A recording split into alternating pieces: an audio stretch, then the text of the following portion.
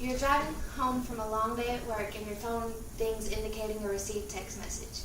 It is your significant other reminding you to pick up milk on your way home. You decide to reply okay. While you are paying little to no attention to your surroundings, your car drifts into oncoming traffic where you hit another vehicle head on. Think for a second of what possible outcomes could happen when two cars are driving at least the speed limit of 55 miles an hour. Do you survive? Does anybody else survive? What about your family? What will they do without you?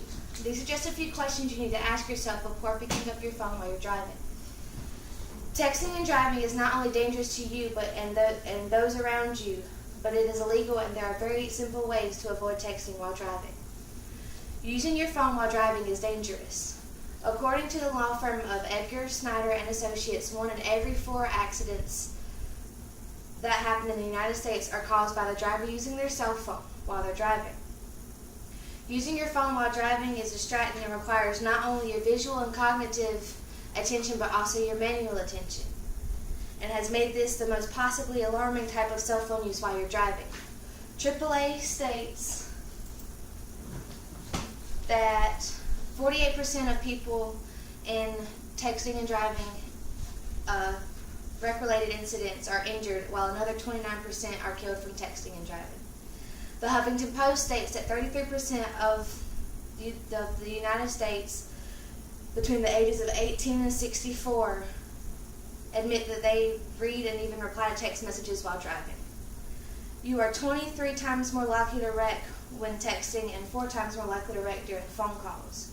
According to the CDC, taking your eyes off the road for less than 5 seconds is long enough to drive the length of a football field. 4.6 seconds is all it takes to end someone's life. 4.6 seconds is all it takes to miss you swerving into somebody else's lane or the car in front of you slamming on brakes. 4.6 seconds is all it takes because you couldn't wait until you were stopped or reach your destination to use your phone. Not only is using your phone while driving dangerous and life-threatening, but it is also illegal. People began using their phones so much that in 2007, Washington State was the first state to place a ban on cell phone use while driving.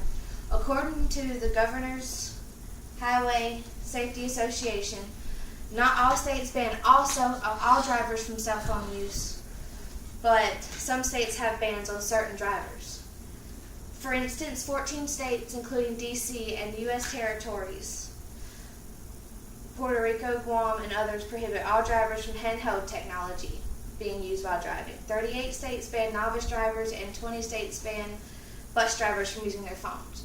There are exceptions to these laws, but they're only for if you're on the phone with emergency responders or your parents or legal guardians. Of course, when you break the law, there are consequences. The North Carolina state law states that offenders of texting and driving law receive a $100 fine plus $130 court cost fees. On top of fines, you can also go to jail. Remember the scenario I mentioned earlier? What if the other party was injured or killed? According to the UNC government student blog, if you are found guilty of being on your cell phone while driving and 1 or more people are fatally wounded, you could end up with jail time for involuntary manslaughter or misdemeanor death by vehicle convictions. You can also be charged with negligence, reckless driving, or reckless endangerment. Just remember that because something is illegal doesn't mean that people don't do it. 94% of the people admitted in a AAA poll that they know using their phone while driving is dangerous and illegal, and 35% of that 94% admit to doing it anyways. You have to make sure to pay attention to other drivers. Now that we've discussed the dangers and the legal ramifications, what are some solutions? There are campaigns all over the United States, plus high schools that do events yearly where they take all the students outside and stage a horrific car crash just to show students the reality of texting and driving.